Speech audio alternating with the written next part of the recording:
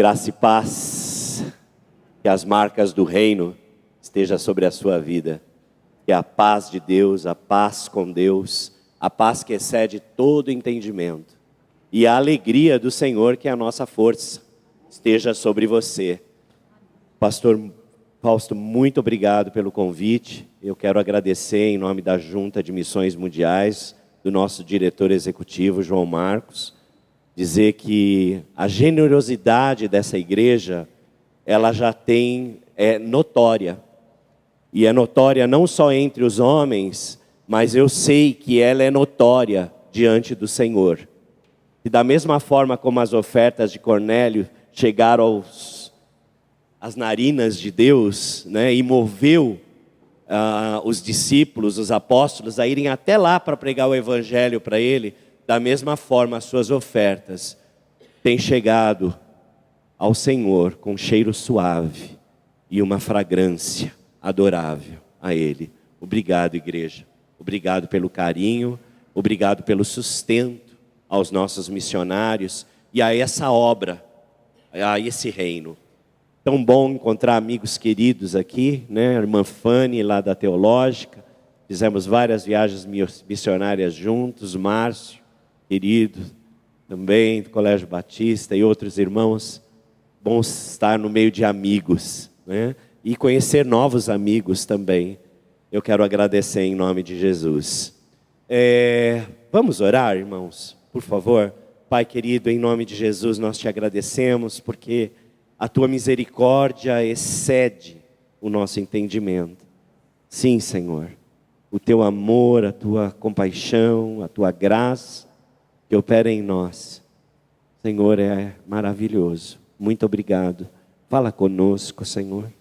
Fala conosco essa manhã. Queremos ouvir a tua voz. Por favor, Senhor. Em nome de Jesus. Amém, Senhor. Amém. Amém. Os missionários, falar um pouquinho assim de como a gente divide, né, as questões, essa visão missiológica, né, bem brevemente. Né? A missiologia, ela divide hoje em povos, não mais em países, a gente trabalha com povos. Né? A palavra povos vem da palavra grega, ta ethne, que significa todos os grupos étnicos, quer dizer, é a mesma história, a mesma língua, a mesma cultura, eles se identificam dessa forma. Né? Embora hoje exista em torno de 196 países, nós temos mais de 16 mil povos espalhados sobre a terra. Né? E vamos pensar, por exemplo, no Paquistão, geograficamente um país pequeniníssimo, né? Muito pequeno, mas dentro do Paquistão nós encontramos 400 povos, ou 400 diferentes nações, com culturas e idiomas completamente diferentes. Então hoje a gente trabalha no mundo tendo essa perspectiva, né, dos povos alcançados, que corresponde àqueles povos ou etnias onde o evangelho já chegou. A gente também tem os povos não alcançados, que representam 1/3 da população, cerca de 7 mil povos fazem parte desse grupo, e os povos não contatados, ou PNAs, né, que são aqueles povos que estão isolados, e a gente tem então aí cerca de 3 mil povos que ainda não receberam a palavra de Deus, em torno de 1 milhão, se a gente somar os não alcançados e esses não contatados, a gente tem aí um número enorme ainda para cobrirmos e tentarmos alcançar. Uma coisa importante é dizer que a maior parte desses povos e etnias, pelo menos 95% delas, estão nesse retângulo aí que os irmãos veem, né, que fica localizado a 40 graus de latitude e a 10 graus de longitude. E forma esse retângulo que sai lá do norte da África e vai até a ponta da Ásia. Lá nós temos várias religiões, né? Nós temos as tribais, o hinduísmo, ateísmo também, islamismo, budismo, e temos somente 3% da força missionária concentrada nessa área. A Junta de Missões Mundiais, ela tem focado essa área nos últimos anos. A gestão do pastor João Marcos foi exatamente focar as áreas onde o evangelho não havia chegado ainda. Outra forma de a gente dividir o mundo é em ABC, né? O C é o mundo cristão, são 117 países aproximadamente, aí a gente já trabalha com países, não mais com povos, né? Ou o mundo B, que é um mundo não evangelizado, que corresponde a 48 países, e nós temos lá o mundo que não foi contatado ainda não evangelizado, onde menos de 2% da população é cristã. Então, um grande desafio para nós. Mas eu queria então meditar na palavra, pensando num texto, numa parábola que é clássica da igreja, né, que é a parábola do bom samaritano. Se você tiver a sua Bíblia, em Lucas 10, dos versos 25 a 37. Lucas 10, dos versos 25 a 37.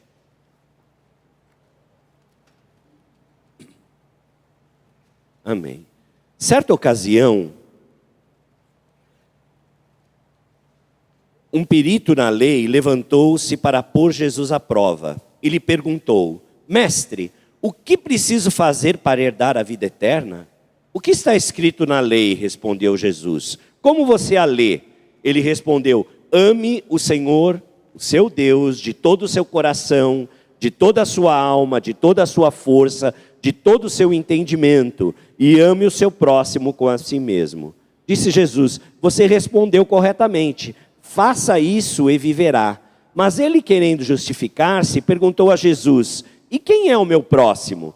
Em resposta, disse Jesus: um homem descia de Jerusalém para Jericó, quando caiu nas mãos de assaltantes. Estes lhe tiraram as roupas, espancaram-no e se foram, deixando-o quase morto. Aconteceu estar descendo pela mesma estrada um sacerdote. Quando viu o homem, passou pelo outro lado. E assim também um levita. Quando chegou ao lugar e o viu, passou pelo outro lado.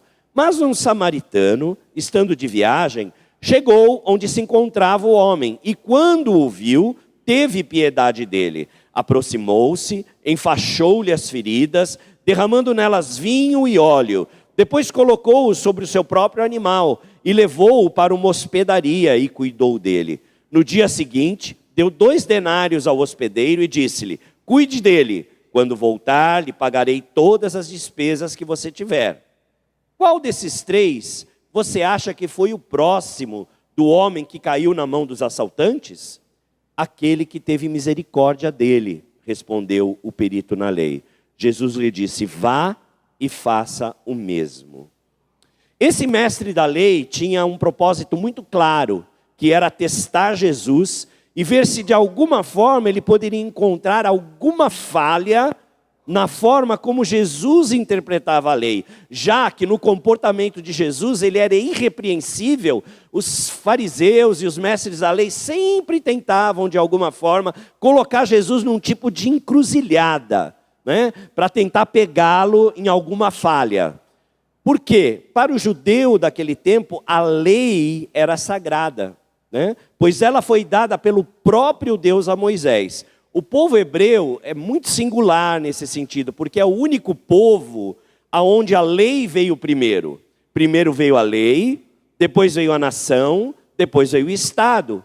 Normalmente é de outra forma, o caminho é diferente, né? O caminho que Deus deu a Israel foi um caminho diferente. Por isso a lei, ela tinha tamanha importância e fazia parte da forma como o povo judeu adorava a Deus. A lei estava sempre ali balizando todas as coisas. E esse mestre então pergunta a Jesus o que ele deveria fazer para herdar a vida eterna. Jesus devolve a pergunta e ele diz ou afirma aquilo que havia na lei, né? Ele responde, a lei diz, amarás o Senhor de todo o coração, de toda a sua força, de toda a sua alma e de todo o seu entendimento. E amarás o seu próximo como a si mesmo. Jesus diz muito bem, você interpretou a lei de maneira correta. Vai e faze o mesmo, né? E sabiamente ele respondeu, o mestre da lei, né? Amarás o Senhor teu Deus, um compromisso vertical. E amarás o teu próximo como a ti mesmo, um compromisso horizontal. Na verdade, o mestre da lei foi além da palavra, né? No chamar, lá em Deuteronômio 6,5, que é o que ele cita, diz, ouve, ó Israel, o Senhor nosso Deus é o único Senhor. Amará, pois, o Senhor teu Deus de todo o teu coração, toda a tua alma e toda a tua força. E o mestre da lei coloca com todo o seu entendimento, mostrando que ele era um homem radical, que de fato ele sabia o que era amar a Deus. Agora, vamos pensar um pouquinho, o que é amar a Deus de todo o coração? O que é amar a Deus de toda a força? O que é amar a Deus de todo entendimento? Talvez a coisa mais natural, essa é uma pergunta que vários teólogos tentam responder. E talvez essa seja a pergunta que o mestre da lei deveria de fato fazer. Mas ele faz outra pergunta. Ele pergunta para Jesus, quem é o meu próximo? É interessante essa mensagem. O que o mestre da lei estava tentando passar ali para Jesus? Que ele sabia o que era amar a Deus. Agora é interessante que ele sabia quem era Deus e que o amava, mas ele não sabia quem era o seu próximo. Ele dizia que ele sabia quem era Deus e que o amava, mas não reconhecia o seu próximo. E muitos de nós, talvez sejamos assim, né? Muitos irmãos dizem que amam a Deus, mas não reconhecem o nosso próximo quando o vemos. Muitos irmãos, aliás, há irmãos que quanto mais amam a Deus, parece que mais desamam o próximo. Há irmãos que quanto mais conhecem a Bíblia, mais juízes se tornam.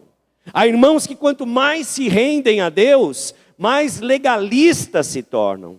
Há irmãos que quanto mais santificação buscam, menos tolerante com o pecado do outro se tornam.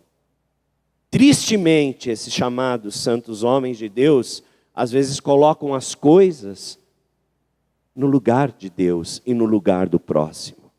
Esquecem que a lei existe para nos colocar de joelho e que a graça de Deus nos coloca em pé. Uma graça que está preocupado com a vida. Uma graça que nos olha e que nos redime de todo e qualquer pecado. Não é que a fé cristã não corrija, presta atenção. Ela corrige, mas ela corrige para a vida e não para a morte. Ela não é acusativa. A palavra diz que o Espírito de Deus se entristece dentro de nós. Ele não nos acusa. O papel de acusador não é do Espírito Santo. O papel de acusador é de Satanás. O Senhor se entristece em nós e fala ao nosso coração. E quando ouvimos, quando temos a sensibilidade e o ouvido a essa voz, fazemos aquilo que se chama de metanoia. Não é paranoia, não. É metanoia, onde você faz um giro de 180 graus e muda a direção da sua vida. Essa é a graça que opera em nós. Agora, é interessante, né? Por que os sacerdotes passavam de largo? Né? Por que eles passavam de largo? Por que eles passavam de longe? Passar de largo quer dizer, eu estou numa calçada, eu vejo alguém suspeito, por exemplo, e eu mudo de calçada. Isso é passar de largo. Né? Por que eles passavam de largo? Porque podia ser que aquela pessoa que estava lá estivesse morta. E se ele tocasse aquela pessoa, segundo a lei, ele teria que ficar 40 dias em quarentena. Ele não poderia ir ao templo para adorar, ele teria que ficar separado. Né? Então, como ele amava a Deus de todo o coração, de toda a força, toda a alma, ele deixou o homem lá e passou de largo, né? Os sacerdotes representam, na verdade, pastores, líderes, né? Todo esse grupo mais formal. E diz o texto também que vinha um levita, né? Um obreiro, um diácono, um membro da igreja, que também amava a Deus de todo o coração, de toda a força e de toda a sua alma. E diz o texto que ele passa de largo, exatamente pela mesma questão. Porque se o homem estivesse morto e ele tocasse nesse homem, ele não poderia mais entrar no templo durante 40 dias para adorar a Deus como ele queria. Aí diz o texto que vinha um samaritano pelo caminho. Um homem que não amava a Deus de todo o coração, de toda a sua alma, de toda a sua força, de todo o seu entendimento, e que nem sabia o que era isso. Porque se ele dissesse para um judeu que ele amava a Deus, o judeu diria para ele que ele estava equivocado, pois os samaritanos eram párias daquela sociedade. Eles não eram aceitos de maneira alguma no meio do povo de Israel. Havia uma inimizade entre eles e coisas já de muito tempo. Mas esse homem que não amava a Deus, ele para. É interessante, né? Ele para e ele se apieda, ele se comove por aquele homem. E aí Jesus pergunta, né? Deixa a pergunta no ar, né? Uma certa afronta para aquele mestre da lei, já que os samaritanos não eram bem vistos. Quem que amou a Deus? Foi o sacerdote? Foi o levita? Era aquele que sabia as liturgias do culto? Era aquele que entrava no templo dizendo que era purificado, batendo no peito, dizendo que não era como publicanos e pecadores? Quem amava a Deus de fato, né? Esse homem, ele deixa do seu conforto. É interessante o que ele faz. Primeiro ele para em um lugar que poderia ser perigoso, pois os mesmos bandidos que assaltaram aquele homem poderiam ainda estar na região. Ele, sem medo, ele para. Diz o texto que ele usa dos seus recursos, vinho e azeite, né? E ele coloca sobre as feridas desse homem. Diz o texto também que ele sai do seu cavalo e ele coloca esse homem em seu cavalo, quer dizer, ele foi a pé, né, levando esse homem até um local onde ele pudesse ser atendido. Interessante. Agora, vamos refletir, né, nesse tipo de figura, onde esse homem foi deixado à beira do caminho. E aí me faz pensar quantas pessoas são deixadas à beira do caminho. Quantas pessoas nós olhamos e nos assustamos ao vê-las, né? E nos afastamos com medo de que de alguma forma essa pessoa possa nos ferir. Na verdade, são pessoas onde a imagem de Deus foi tão desfigurada, foi tão mutilada, onde a imagem e semelhança, a imago Dei, foi tão apagada, que às vezes nós olhamos para essas pessoas e não reconhecemos nela a imagem e semelhança do Senhor. E isso nos assusta, isso nos faz correr delas. Se você andar pela Cracolândia, eu sei que vocês têm um trabalho aqui de entregar alimentos, né, nas ruas, e você encontra com todos os tipos de pessoa. E pessoas que às vezes até nos assustam, porque aquela imagem do Senhor foi desfigurada nelas. Mas eu digo algo para você. Dentro de cada uma dessas pessoas, há um lugar que podemos tocar. Há um lugar que nós podemos tocar. E esse lugar traz essa pessoa aos pés do Senhor. Há um texto em Isaías que diz que há um caminho que nem o louco irá deixar de reconhecer. Nem o louco irá deixar de reconhecer.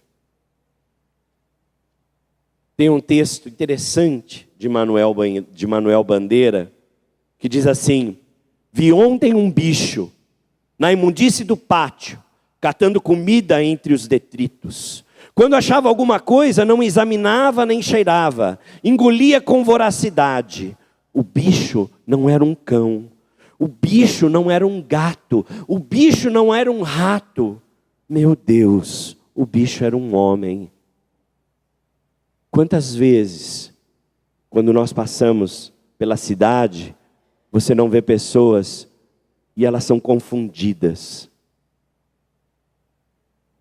Porque a imagem de Deus e semelhança dele desapareceu de certa forma nessas pessoas. Mas eu quero dizer que ainda que essa pessoa seja como uma moeda, ou a esfinge de uma moeda desgastada, onde você não consegue reconhecer ali aquela imagem, ainda assim essa moeda tem o seu valor. Da mesma forma, essas pessoas que foram deformadas, mutiladas de alguma forma pelo pecado e por Satanás, e hoje são escravas desse pecado, e vivem nessa escuridão, essas pessoas ainda assim têm algo ali que pode ser alcançado. Por isso nós acreditamos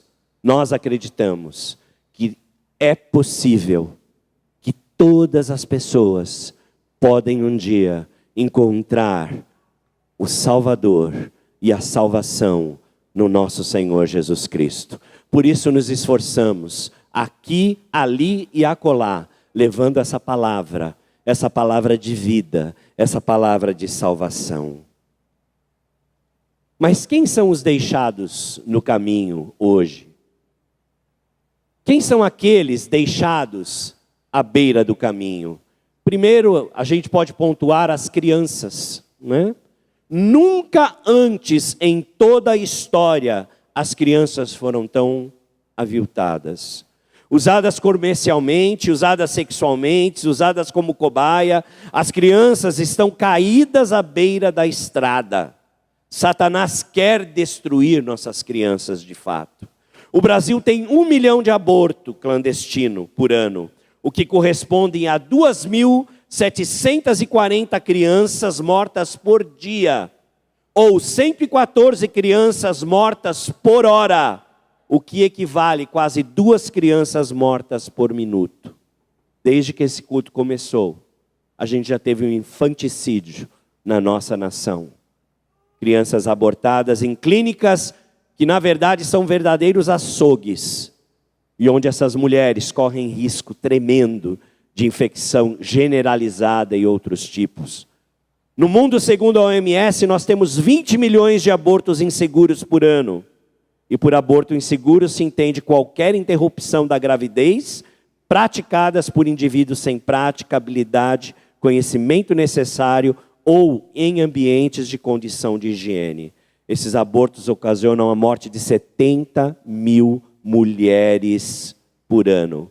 E quase 95% desses abortos se encontram em países emergentes como o nosso. Nossas crianças são deixadas à beira do caminho.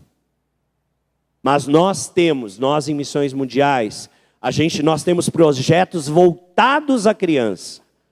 Uma coisa maravilhosa que move o meu coração é o PEP, por exemplo. Nós temos hoje 15 mil crianças sendo atendidas pelo PEP. E você imaginar, por exemplo, que em alguns países como a Índia, quando você nasce numa das castas ali, por exemplo, Dalit, você não tem condição alguma de mudar de casta e de ter o que a gente chama de superação. Agora, quando nós investimos nessas crianças, algo maravilhoso acontece. Sabe o que acontece? A gente muda a mentalidade dessas crianças. E quando você muda a maneira de pensar da pessoa, e você faz com que ela encontre dignidade em si mesmo, elas têm um movimento diferente. E elas conseguem superar a própria cultura. Jesus é supracultural. Isso quer dizer o quê? Ele pode ser pregado para qualquer cultura, sem que você despersonalize essa cultura de fato. O que a gente tem que fazer é entregar a água num copo que eles possam beber. Sadhu Sundar Singh, um hinduísta, um hindu, que se converte ao cristianismo, diz assim: me dê a água viva, mas me dê num copo que eu possa beber. Se você me der num copo britânico, eu não vou tomar, porque eles entraram no meu país, espoliaram, mataram, tiraram o que a gente tinha de melhor. Me dá num copo que eu beba, que eu possa beber. O que nós fazemos é isso. Não é colonização, mas é evangelização. Levando o evangelho, respeitando as culturas, mas trabalhando naquilo que tem que ser trabalhado. Naquilo que de alguma forma tira a dignidade da pessoa. Então o PEP é um trabalho fantástico, onde a gente trabalha com crianças, alimentando essas crianças. Em Moçambique nós temos 27 PEPs, pastor. E lá nós temos mais de 1.500 crianças que são atendidas pelo PEP. E lá elas recebem, às vezes, o único alimento do dia. Porque eles não têm mais o que comer. Então eles vão para lá, lá eles têm talvez o único alimento durante o dia. Sabe o que é isso aí? O que você acha que é isso? Ah, você estragou minha pregação, né? É isso mesmo, ela já assistiu essa pregação. Irmãos, isso é uma escola. Na Guiné-Bissau, eu estive lá fazendo um alinhamento junto com os missionários. O meu trabalho como pastor disse é o cuidado integral dos missionários. Então a gente vai lá, além da parte emocional, eu também trabalho na parte de conflitos de equipe. Então a gente foi lá para alinhar o nosso trabalho. Guiné-Bissau, a gente tem um projeto para a Guiné-Bissau por 20 anos. Trabalhar na mudança de mentalidade dessa nação, empoderando as crianças e empoderando as mulheres que sofrem demais nessa nação. E isso, irmãos, é uma escola. Está ali o quadro negro, vocês estão vendo atrás do garotinho ali. E aí nós chegamos com o PEP. E olha o que acontece. Olha isso. E olha isso. Olha o rosto dessas crianças. A dignidade sendo entregue, sendo devolvida às crianças, à imagem e semelhança de Deus. São muçulmanos. A gente recebe todos os tipos, não são só cristãos. E algo maravilhoso acontece, sabe o quê? Isso que a minha filha fez agora. Ela ouve, a criança ouve e leva para casa aquilo que ela ouviu. Então as crianças, antes da refeição, elas oram. Quando elas veem o pai agindo de uma maneira estranha, elas corrigem o pai. E mais do que isso, elas levam a palavra de Deus para essa família. E nos encontros que a gente tem de celebrações, onde as crianças se apresentam, os pais vêm para a escola. Eles não entram na igreja, mas eles entram na escola. E na escola eles recebem a palavra de Deus. Então as crianças, além de todo esse trabalho de mudança de mentalidade, de ajudá-las a enxergar o Salvador e a mudar os seus caminhos para a vida, nós ainda alcançamos os pais, porque elas são pontes para que os pais sejam alcançados. Quem mais são os deixados no caminho? As mulheres. Violência doméstica, abusos de diferentes tipos. As mulheres também têm sido deixadas à beira do caminho. E nós temos um trabalho também com relação às mulheres. Na Guiné-Bissau, uma coisa que é comum é o fanado, que é a circuncisão feminina. Muito comum em alguns países e tribos muçulmanas. Nós temos um trabalho, por uma das nossas missionárias, ela fez uma série de filmes mesmo, uma série, né, como se fosse uma novela. E lá ela trata do fanado. Você sabe qual foi o resultado desse investimento?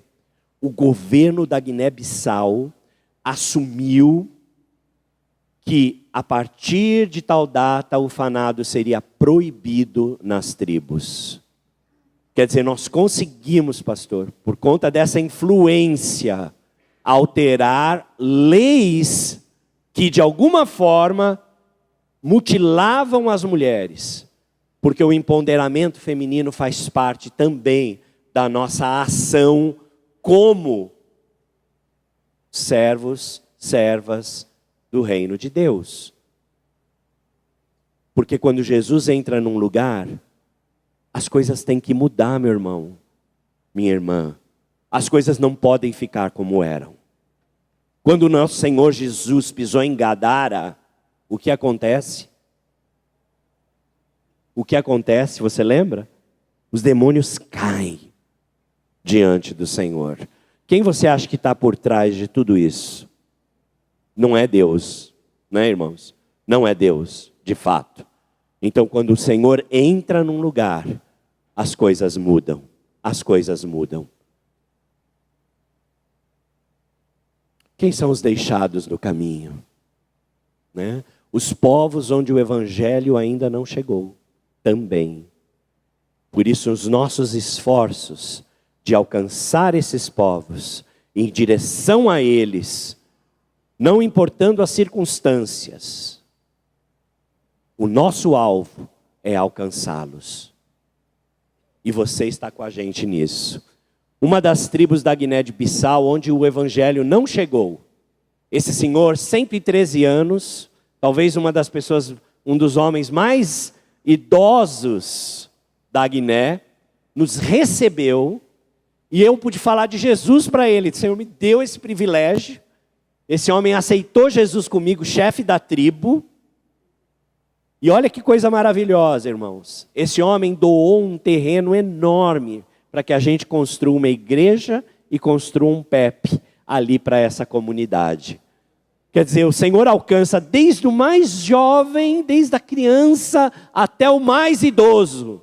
E depois de 3 meses que eu cheguei no Brasil, recebi a notícia que ele havia falecido.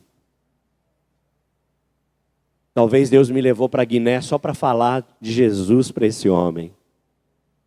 E o maravilhoso é que agora, por conta do PEP, da igreja que vai ser colocada lá, porque na África é interessante, quando um chefe tribal, quando ele se converte, a tribo inteira vem para Jesus. Porque eles seguem a visão do líder. Então eles dizem, se o líder, se ele aceitou é porque a coisa é boa, então vou aceitar também. E aí eles seguem o líder nessa direção. Então nós alcançamos essa tribo inteira para Jesus. Deus é bom, irmãos. Outros povos deixados no caminho, na Ásia. Nós temos um trabalho de voluntariado para os países e para, em situação de catástrofe, para os países que são fechados ao Evangelho. Minha esposa esteve no Líbano ano passado, no fim do ano passado, trabalhando com os refugiados sírios. Eu também estive lá, trabalhando na questão do estresse pós-traumático e no acolhimento dessa geração. Segundo a OMS, para você ter uma ideia, essa geração está condenada. A OMS, Save the Children, no último relatório deles, diz que os filhos da guerra, quer dizer, os meninos e meninas que nasceram nesse período de 6 anos em que a Síria está em guerra, é uma geração condenada, porque os cérebros deles, em algumas áreas, elas não se desenvolveram e não se desenvolverão por conta do estresse que essas crianças foram submetidas durante todos esses anos como uma criança normal e comum. Mas nós temos um trabalho que chama Tenda de Brincar, onde a gente, por meio de brincadeiras, ludoterapia, a gente vai trabalhando nessas crianças. E nós acreditamos que aquilo que a ciência diz que não pode, o nosso Senhor diz que pode. Porque para Deus não há impossíveis. Essa geração não está condenada. Essa geração tem encontrado Jesus. Por meio da guerra, o Senhor tem usado a guerra como uma ponte para alcançar essas pessoas. Fui atender uma senhora, uma refugiada síria, sunita. Chegou chorando no local, já levaram lá para o meu gabinete, onde eu pude atendê-la, um espaço que a gente organizou lá. E aí ela me contou o drama dela. Uma senhora abastada, muito rica na Síria, uma casa enorme, estava na cozinha com a filha, o filho e o marido na sala, um míssil caiu na sala, pulverizou o marido e o filho, ela não conseguiu enterrar o corpo e nem ver mais os corpos desse filho e desse marido. E essa mulher pegou tudo que ela tinha, que ela podia carregar e foi para o Líbano, fugindo, né, do Estado Islâmico. E quando ela chega no Líbano, nessa região, que fica a 20 quilômetros da fronteira da Síria, ela procura o imã, que é o sacerdote da mesquita. E ela pede ajuda. E esse imã diz para ela assim: eu te ajudo. Eu te dou $3.000, mas você vai ter que dormir comigo. Naquele momento, a única coisa que segurava essa mulher era a fé dela. Isso foi tirado, arrancado dela. E aí essa mulher, quando ela nos viu, ela perguntou: o que faz vocês saírem do outro lado do mundo e virem até aqui e nos darem médicos, nos darem roupas, nos darem medicação e nos tratarem com esse amor? Ela perguntou, né, irmãos? Aí eu pude falar, né? O que me traz aqui é Jesus. E eu só estou aqui porque você é especial para Ele. Eu só estou aqui porque Ele ama você. E Ele tem um plano para a sua vida. Essa mulher falou: eu quero Jesus. E naquele momento, ela e a filha dela de 15 anos oraram aceitando Jesus comigo. Às vezes um missionário num campo fechado leva 18 anos para ver uma conversão. Num outro momento, entrando assim, logo de manhã, um senhor numa cadeira de roda, sendo puxado pela esposa. Esse senhor segura no meu braço e diz: me ajuda. Eu falei: o que eu posso fazer por você? Me ajuda a sentir de novo.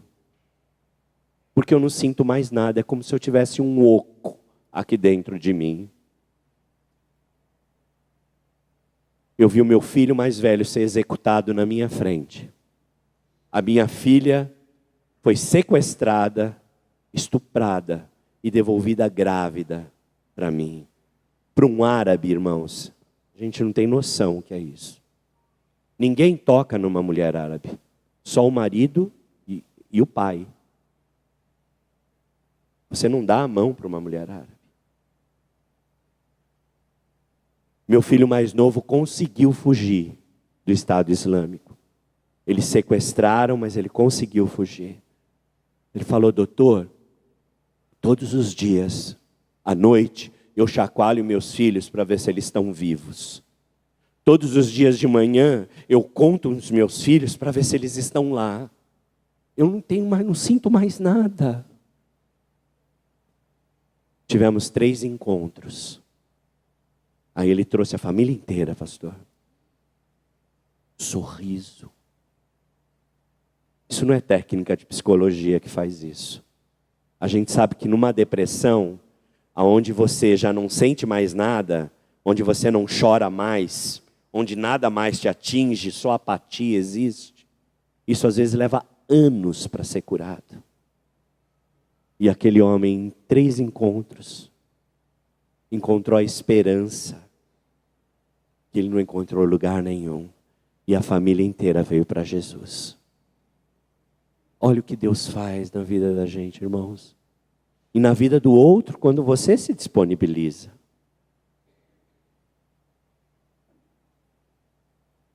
Moçambique, né? Vocês viram, não sei se vocês têm acompanhado, com certeza. A gente tem lá hoje uma situação de catástrofe enorme. Esses PEPs estão paralisados. Com a ajuda da igreja brasileira, esses PEPs estão retomando dia a dia. O que a gente tem hoje é um local para distribuição de alimentos, porque isso tem faltado lá também. Até pouco tempo, todos os bancos estavam fechados, eu não conseguia falar com a nossa missionária Noêmia. Eu estou acompanhando todos os missionários na situação do estresse pós-traumáticos.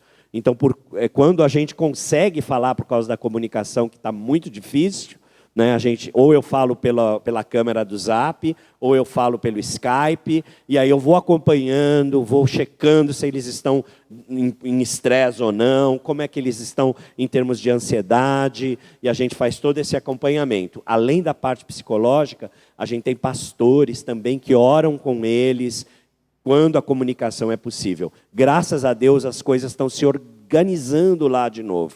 Continuam meio que um caos, mas pelo menos a gente consegue falar às 3 da manhã, nesse horário onde a internet volta lá de alguma forma e a gente consegue ter esse contato.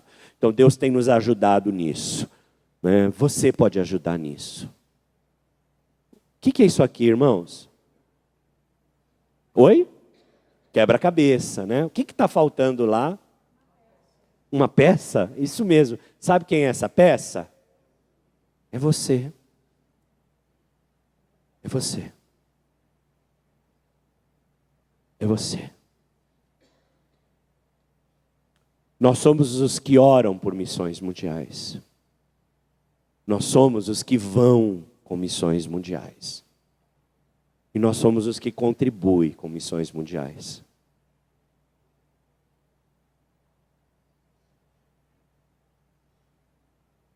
Você faz parte disso. E nós adotamos missionários para que possam ir e fazer a obra. Para que possam ir e fazer aquilo que às vezes nós não podemos. Porque não podemos sair da onde estamos. Mas eu vou te falar uma coisa. Quando eles vão, e você contribui de alguma forma, orando, seja lá como for, você vai junto. Olha que coisa, irmãos. Vou contar uma experiência, pastor. Estávamos aqui no Trianon, com um grupo de jovens lendo a Bíblia. Um rapaz se aproximou e perguntou: o que vocês estão fazendo? Um senhor. Falei: a gente está lendo a Bíblia aqui. Posso ficar com vocês? Pode. O rapaz sentou com a gente. Aí, para finalizar, a gente deu as mãos. Eu falei para ele: olha, nós sempre oramos o Pai Nosso. Né? Por que o Pai Nosso? Porque é uma oração comum a todos, né, irmãos? É uma forma de a gente evangelizar também. Demos as mãos e oramos. Irmãos, esse homem caiu endemoniado. Eu sou um cientista do comportamento. É difícil, às vezes, a gente que está muito dentro da ciência, né? Meu mestrado é em ciências médicas, meu doutorado é em psiquiatria. Você olhar e falar: é capeta isso, é diabo?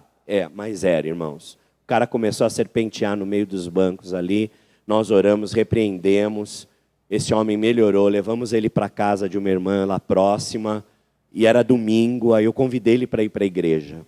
No dia seguinte, ele foi comigo na igreja. No dia seguinte, esse homem me liga e fala: Abner, você está orando por mim? Eu falei: tô. Ele falou: então para. Eu falei: por quê? Ele falou: eu sou pai de santo, eu estou invocando as minhas entidades e elas não descem. Está tendo uma guerra na minha casa. Tem anjos aqui de espada desembainhada, eu não consigo fazer o meu trabalho. Para de orar por mim. Eu falei: cara, você aumentou a minha fé. Eu não sabia que a minha oração fazia isso. Eu não sabia que quando eu orava, Deus disponibilizava anjos para poder alcançar essas pessoas. Quando você ora aqui, Deus atravessa o Atlântico lá para abençoar os missionários que estão cuidando da obra dele. Olha o quanto a sua oração é importante, igreja. Não deixe de orar, não deixe de clamar, não deixe de colocar os nossos missionários diante de Deus, porque você não sabe os livramentos que Deus tem dado por conta das suas orações. Lá no centro de missões, né, Fanny? As pessoas orando pelos missionários ali. A gente não tem noção do que Deus está fazendo enquanto seu joelho está dobrado. Participa. Participa. O Senhor te chama para isso. Deus chama pessoas para descerem até o fundo do poço. E a outra, Ele convoca para ficarem em cima, segurando as cordas. Talvez você não seja aquele que desceu no poço, mas você é aquele que segura as cordas. Sem você, aquele que desce no poço não consegue nem subir nem descer. Ele precisa de você. São os nossos projetos, Bíblias, crianças, DNA missionário nas igrejas, colocando a necessidade de expansão e de revitalização. Obrigado, irmãos. Eu espero que de alguma forma Deus traga ao seu coração aqueles que estão sendo deixados no caminho e que precisam de você para preencher aquele espaço lá do quebra-cabeça que está faltando. Você, mais ninguém, é você. Deus te abençoe em nome de Jesus. Obrigado.